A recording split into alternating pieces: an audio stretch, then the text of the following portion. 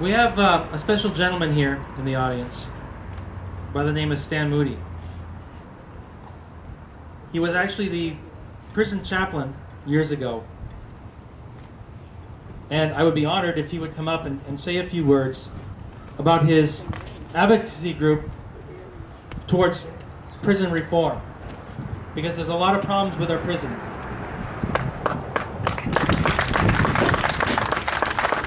Thank you, Brian. I always begin my talks with some bad news and some good news. The bad news is that our dysfunctional government is running out of money. Good news is that our dysfunctional government is running out of money. We are empowered to change our direction. I've seen the criminal justice system from the inside.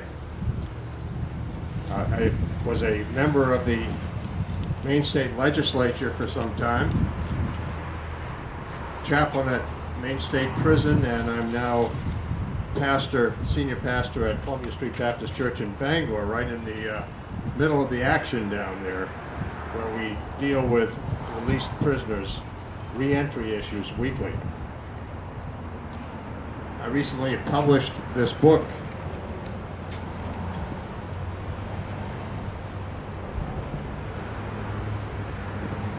Let My People Go, Following Jesus into Our Jails and Prisons.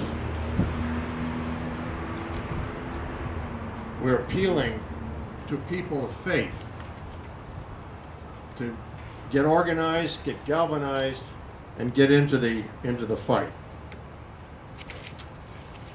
I want to start with one thing of lasting value, an obscure piece of wisdom from the prophet Amos. Away with the noise of your songs and your clatter.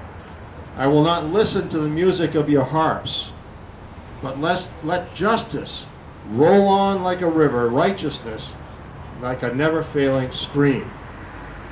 You've heard the story, you will hear the stories this morning or this afternoon now, of broken lives because someone, somewhere, in some obscure office is making judgments on who is good and who is evil, and nothing in between, and that gap is narrowing with time. My thoughts go back to other innocent victims and forgotten in the miscarriage of justice, the taxpayers of the state of Maine. 1 in 3 have been directly touched by the criminal justice system that costs $300 a year for every man, woman, and child. The moms and dads and family members of the incarcerated who are politely shunned by friends and neighbors. Kids whose dads and moms have been swallowed up in the system, often over petty, victimless crimes. One of the saddest scenes that I ever witnessed was in the late evening at the Kennebec County Correctional Facility, a dad and 2 little children coming into the facility to visit mommy. Overworked prosecutors who are held to a standard of closed cases and convictions where human lives have been reduced to mere numbers on a sheet of paper. 2,000 persons at any given time who are sitting in our county jails waiting for something to happen. And all they get to see is a private contractor, a 19th century county bail commissioner.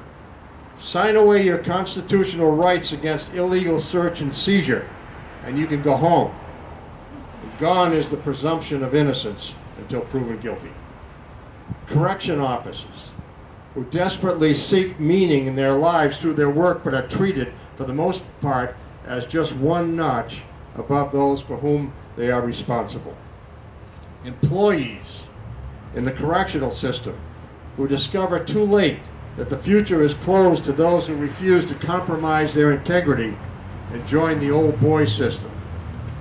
The folks who work at the Department of Corrections, the fastest growing agency in state government and widely known as having the lowest morale of state workers. A culture of fear keeps them spending most of their time covering up instead of finding ways to do better. The county commissioners whose jails have been commandeered by the state that will pay them $22 a day for a service that costs the county $90. And then there are the unsung victims who never will be heard from again. The homeless man in Portland, who after 3 days in Portland was arrested and charged with rape and convicted without a shred of physical evidence or eyewitness testimony. His meager belongings were ransacked without warrant. And at his sentencing, the prosecutor told the judge that he had no redeeming qualities. Who makes these kinds of judgments about any human being? Will you and I be next? They gave him 30 years. He will go out of Maine State Prison feet first. Sheldon Weinstein, whom you've heard about, in solitary confinement, who asked me to get him a roll of toilet paper and died an hour later of a ruptured spleen. Linda, whose son, fully employed, stuck a rusty shotgun in his mouth one day and committed suicide because he was transferred to a probation officer who convinced him that her goal was to send him back to prison. The commissioner of corrections was not man enough to meet with her or to discipline that probation officer. The family of Spanish-speaking Victor Valdez, who was beaten by several guards in his housing, taken to solitary and died a few days later. He received no autopsy, no medical examination. His body was cremated, evidence gone. As a result of his death, we were able to pass a law that all deaths must be attended by a medical examiner, a no-brainer. There are victims of crimes that keep getting more and more bizarre through the actions of those who are marginalized as having no redeeming qualities.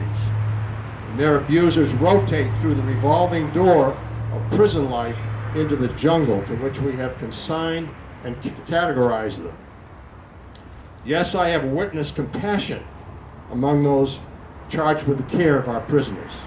Yes, I have seen valiant attempts within the system to restore and to rehabilitate. Yes, I have known the whistleblowers who have put their own careers in jeopardy in order to be true to their convictions and have made an impact. We are not lacking the ability.